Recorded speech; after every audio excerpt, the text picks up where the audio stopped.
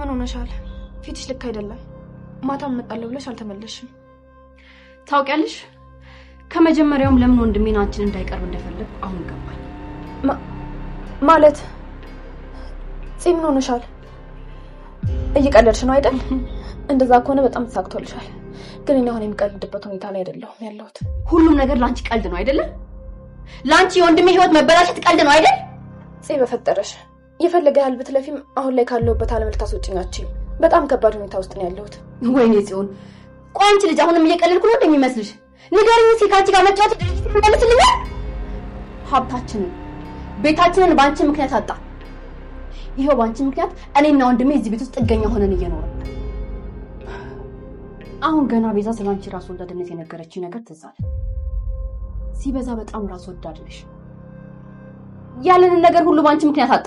እባክሽ ተረጋጊና ሁሉንም ነገር እኔ እነግርሻለሁ። ዝም በይ። ምንም ነገር መናገር አይጠበቅብሽም። ትሰሚኛለሽ ይፍራት? አንቺ ለወንድሜ የምትገዢ ሴት አይደለሽ። ቤተሰቦቻችን ስንት ለፍተው ያገኙትን ንብረት ባንቺ ምክንያት አጣ። ትሰሚኛለሽ ይፍራት? በጣም አድርጌ ነው እሺ የምጠላሽ። ለእናንተ ተመልካቾቻችን አንድ ጥያቄ አለን።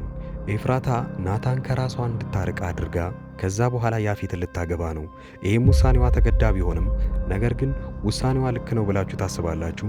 የራሳችሁን አስተያየት ኮሜንት ላይ አስቀምጡልኝ። ናታን በማያውቀው ነገር አሁን ላይ ኤፍራታ ልትርቀው ወስናለች። ይሄም ደግሞ ቀድሞ ያሰበው ናታን ምን ሲል ነበረ? እኔ እየሰለችዋት መጥቻለሁኝ። ምናልባት ከጊዜ በኋላ ሳትወደኝ ወይንም እየጠላችኝ መታለች መሰለኝ። ይህንንም ደግሞ ያማከራት ገነትን ነበረ። ገነት መልሷ እሷ ሌላ ትልቅ ችግር ውስጥ ነው ያለችው፣ ያንን እያሰበች ነው አንተን ችላ ያለች እንጂ ሳትወድህ ቀርታ አይደለም ነበረ መልሷ። ኤፍራታ እዛ ቤት ውስጥ አንድም ሰው እያናገረች አይደለም። ናታንና ገነት ግን እርስ በርስ ተቀራርበው ስለ እሷ እያወሩ ነው፣ ምን እንደሆነችና ምን እንደሆነ ለማረጋገጥ። ነገር ግን ሊጠይቋት አይደለም፣ አጠገቧቸው እንኳን ሲደርሱ እንደማትፈልግ ነው የተገነዘቡት። በዛ ላይ በስተመጨረሻም ልትግባባት የቻለችው ጺም ብቻ ነበረ። ጽዮንም እንደቀረበቻት አንድ ሚስጥር ከናታን ባመለጠ ቁጥር እሷ ተናዳ ነበረ። የመጀመሪያ ቤታቸው እንደተከራየ ነበረ የምታውቀው። ነገር ግን እንደዛ አይደለም፣ በውርስ ተወስዶባቸዋል እና ሙሉ የመስሪያ ቤታቸው ኃላፊነትን ተወግደዋል።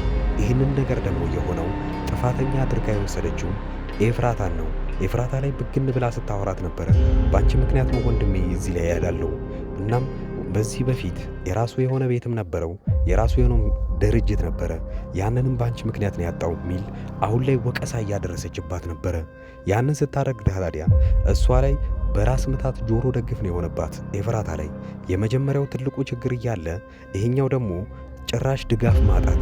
አሁን ላይ አለው የሚል ሰው ያስፈልጋታል ኤፍራታ። ብቸኛዋ መሆን የለባት። ጽዮን እንደዛ ማረጓና እሷም መውቀሷ ኤፍራታን የባሰ ወደ መጥፎ ውሳኔ እንድትሄድ ነው የሚያደርጋት።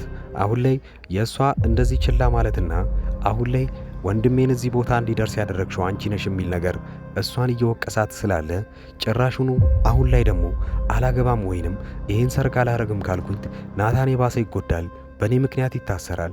ከዚህ በፊትም እየተሰቃየ የነበረው በእኔ ምክንያት ስለሆነ ለሱ ምን ምክንያት እንዳለኝ እንኳን ሳልነግረው እውነት ወድጄው ነው እኔ እሱን ማግባት እፈልጋለሁ ብላ ናታንን ሳትጎዳው ከሱ ርቃ ያፌትን የምታገባው ይሆናል። ሰርጉን በዚህ መልኩ ከተደረገ ድራማው ምን ያህል ሊደብራችሁ ይችላል። ይህም ግን ብዙም ስለማይቆይ ድራማው በተለየ መልኩ ሊካሄድ ስለሚችል ሐረግ ድራማ በክፍል 63 አዲስ ነገር የምንጠብቅ ይሆናል። አሁን ከዚህ በኋላ ማሳያችሁ በክፍል 63 ምን ሊፈጠር ይችላል የሚለውን ነገር አብረን የምናይ ይሆናል። ብዙም ሰው ትኩረት ያላረገበት የሉሊት ጉዳይ መረጃውን ይዛ ለመምጣት ትግል ላይ ነች። ነገር ግን ኤፍራታን ስታወራት ኤፍራታ ብዙም ጊዜም አልሰጠቻትም ነበረ። ምናልባት ኤፍራታ በዚህ በኩል ብታስበው ኖሮ መረጃውን አግኝታውና ወደ ናታን እኩል ለኩል ሆነናል፣ እኔም ያንተ መረጃ እኔ ጋር አለ ብላ በዚህ አስፈራርታ መረጃውን ማስጠፋት ትችል ነበረ። ነገር ግን ጭንቀቷ እንዳለ ናታንን እንዴት ሳልጎዳው መራቅ እችላለሁ የሚለው ላይ ነው እና ሉሊትስ ይህንን መረጃ ለማግኘት ተፍተፍ እያለች ነበረ። የእውነትም ታዲያ በዚህ መልኩ አልነበረም። ሌላው በክፍል 63 ይፈጠራል ብለን የምናስበው ኤፍራታ የመጀመሪያ ነገሯ ናታን እንዴት እንዲርቀኝ ማድረግ እችላለሁ የሚለው ነገር ነው። ይሄም ለእሷ ብዙ ከባድ የሚሆን ነገር አይሆንም። ምክንያቱም የሚሆነው ናታን ከዚህ ቀደም ለገነት ሲያወራት ምናልባት እየሰለችዋት መጥቼ ይሆን ወይ ወይንስ እየጠላችኝ ነው? ይህንን ነገር ነበረ ጥያቄ ያነሳው ገነት ላይ። እንደዛ አታስብ፣ እሷ ሌላ ችግር ኖሮባት ይሆናል የሚል ነበር የገነት መልስ። ታዲያ ይሄ ነገር ጭንቅላት ውስጥ ጥርጣሬ ስለፈጠረበት አሁን ትንሽ ምክንያት ካገኘ ከእሷ መራቁም የሚጀምር ይሆናል እሱ። በዛ ላይ ደግሞ የያፌትን ሰርግ መስማቱ ስለማይቀር እዛ ላይ ማን እንደሆነ ሙሽራው ሲያውቅ ይሄኔ ትልቅ ችግር የሚፈጠር ይሆናል።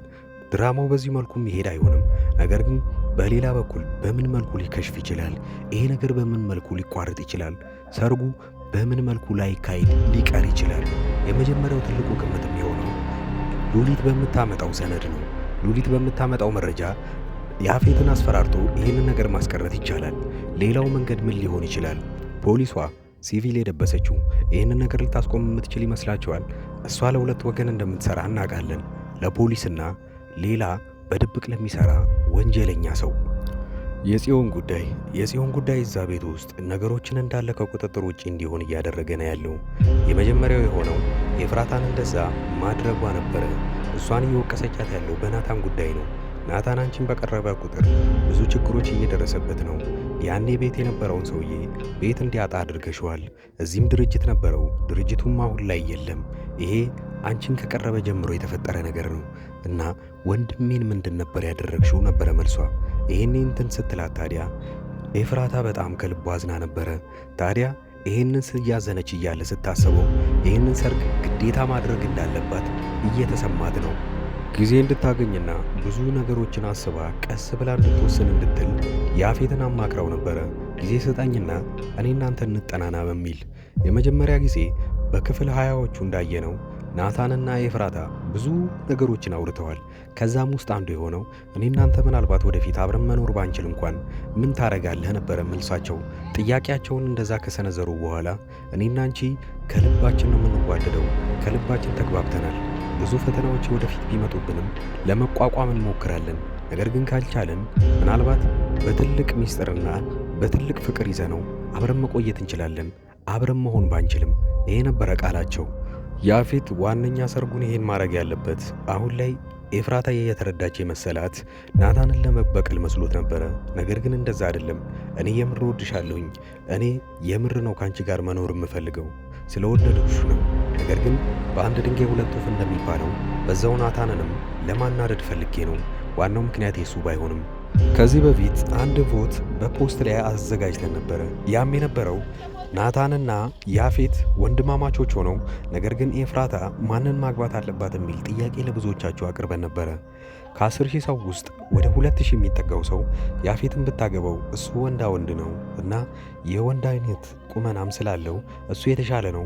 ናታንም እንደ ሴት ልጅ ነው፣ ብዙ ነገሮችን ማሰላሰል አይችልም፣ ፍቅር ብቻ ነው የሚያውቀው። ማለቃቀስ ነበር ሀሳቡ። ይህም ከኔ ወገኖች የነበሩት 2,000 ሰዎች አሁን ላይ እውነቱ ሊመጣባቸው ነው። እውነት ኤፍራታ ያፌትን ልታገባ ነው።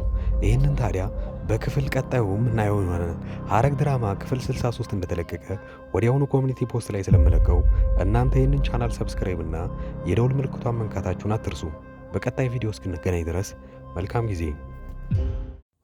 ውድ የአዳዲስ ቲቪ ተከታታዮች እንኳን ደህና መጣችሁ። ወደዚህ ቻናል ከመጣችሁ እናንተ ተከታታይ ድራማ ይመቻችኋል ማለት ነው። ከተከታታይ ድራማ ውስጥ ኢትዮጵያ ውስጥ ሆኖ አሁን ላይ በጣም አሪፍ እይታ ያላቸውና አሪፍ ተቀባይነት ያላቸው ድራማዎች 4ቱን ልንገራችሁ። የመጀመሪያው ጽናት ነው። ሁለተኛው ሐረግ፣ ዮአዳን እና ክህደት ናቸው። የእነዚህን ተከታታይ ድራማዎች ካልጀመራችኋቸው እኔ አጠር ያለች ማብራሪያ ስለነሱ ሰጥቻችሁ ደስ ያላችሁን ድራማ እናንተ ትጀምሩታላችሁ። የመጀመሪያው ጽናት ድራማ ብዙዎቻችሁ የምትወዱት ይሆናል። ምክንያቱም ምናልባት ከአረብ ሀገር ሆናችሁ የምታዩ ሰዎች ካላችሁ ይሄ ድራማ ለእናንተ ነው። ጽናት ከሀገር ቤት ወደ ከተማ ትመጣና ወደ ውጪ እስክትሄድ ድረስ አንድ ቤት ውስጥ ተቀጥራ እየሰራች ነው። ታዲያ የቀጠሮ ቀኗን ወይንም የበረራ ቀኗን እየጠበቀችና ብዙ ክፍያ ካደረገች በኋላ ያንን ስትጠባበቅ እዛ ሰራተኝነት የተቀጠረችበት ቤት ውስጥ እየሰራች እያለ አንድ ትልቅ ነገር ይፈጠራል። ከአሰሪው ልጅ ጋር ግንኙነት ትጀምርና ብዙም ሳይቆይ ነገሮች ይበላሻሉ። በዚሁ ላይ የሚያጠነጥን ፊልም ነው። ሁለተኛው ሐረግ ድራማ ላይ ሁለት በትንንሽነታቸው የሚታወቁ በአባት አንድ የሆኑ ወንድማማቾች ነገር ግን ካደጉ በኋላ በጣም ትልቅ ጠላት ሆነው እዛ ላይ የምናየውን ነገር አብረን እናያለን። ፍቅረኛ ይነጣጠቃሉ፣ ንብረት ይነጣጠቃሉ፣ ነገር ግን ወንድማማቾች እንደሆኑ አያውቁም። ሐረግ ድራማ እዚህ ነገር ላይ ነው የሚያጠነጥነው። ዮአዳን አንዲት ምስኪን ሴት በባህል ሀብቶችና በትልልቅ ሰዎች የእሷ የሆነን ነገር ለመንጠቅ ሲሞክሩና እሷ ግን ብልጠትነቷን ከነሱ በላይ የምታሳየቸው ፊልምና ብዙ ታሪኮች ያሉበት አሪፍ ድራማ ነው። ሌላኛው ክህደት ነው። ክህደት የሚለው ፊልም አሁን ላይ በጣም አሪፍ እየታየ ያለ ነው። ክህደት አንድ ጓደኛውን በጣም የሚወዱት ሁለት ጓደኞች አሏቸው። ታዲያ በዚህ ጊዜ ጓደኛው የልቤ ጓደኛ ናቸው ብሎ ለእነሱም ማያረገው ነገር የለም። ብዙ ነገር አድርጎላቸዋል። ነገር ግን ትንሽ እንደቆየ ይታመምና በጣም እርዳታ ሲፈልግ ከጓደኞቹ የሚጠብቀውን እርዳታ ሳያገኝ ይቀርና ይልቁኑ በዛኑ ልክ ይጠቀሙበታል። ይሄኔ ታዲያ እሱ ካወቀ በኋላ ምንን ማድረግ እንዳለበትና እንዴት ከነዚህ ጓደኞች ሊበቀል እንደሚችል የሚያሳይ አሪፍ ፊልም ነው። አሪፍ ጥራትና አሪፍ ኳሊቲ ተደርጎበት ካራክተሮችም በጣም አሪፍ የሆኑና የሚያጓጓ ፊልም ሐረግና ክህደት ናቸው። ሁለቱ ፊልሞች ምንም አይነት ንዝናዜ ምናምን ሳይበዛባቸው ወሬም ሳይኖራቸው ቀጥታ ምንም አይናችሁን ሳትነቅሉ የምታዩት ፊልም ነው። ሌላኛው ጽናት የሚለው ፊልም ታሪኩ አሪፍ ሆኖ ነገር ግን ብዙ ወሬዎች ስለሚበዙበት ምናልባት ፊልሙ ሊሰለቻችሁ ይችላል። ነገር ግን ፊልሙ እንደዛ የሚሰለቻችሁ ከሆነ እኔ በየጊዜው የእያንዳንዱን ክፍሎች እንደዚሁ አይነት በትረካ መልክና እናንተን ለጥያቄ ያተሳተፈ ለመልስም አስተያየት እንደሰጡበት አድርጌ አንዳንድ ቪዲዮ ለእያንዳንዱ ክፍል እሰራለሁ። ዮአዳን ድራማ ብዙ ሰዎቹ ስትጀምሩት በጣም አሪፍ ድራማ ነበረ። እስከ ክፍል 40ና እስከ ክፍል 45 ያለውን ድረስ ብዙዎቻችሁ በጣም አሪፍ አድርጋችሁ ስታዩት ነበረ።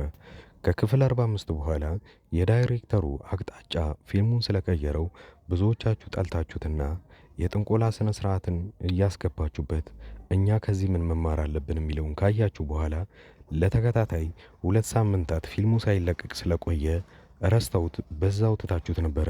ነገር ግን አሁን ተመልሳችሁ እንድታዩበት እምመክራችሁ አንድ ነገር አለ። ዮአዳን ድራማ ላይ አሁን ዮአዳንና ሳሚ ፍቅረኛሞች ሆነዋል። እዛ ቤት ውስጥ ያለ ወላጅ እየኖሩ ነው ያሉት። ምን ሊያጠፉ ይችላሉ፣ ምን ሊደረግ ይችላል የሚለውን አብረን የምናየው ይሆናል።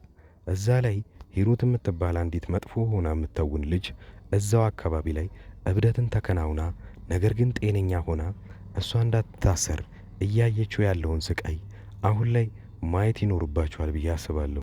አዳዲስ የጀመሩ ተከታታይ ድራማዎችንና አሪፍ የሚባሉ ፊልሞችን በዚሁ ላይ በአንድ ድምፅ አድርጌ በጥሩ ሁኔታ ተርኬ የማቀርብላችሁ እኔ ዙበይር እባላለሁ።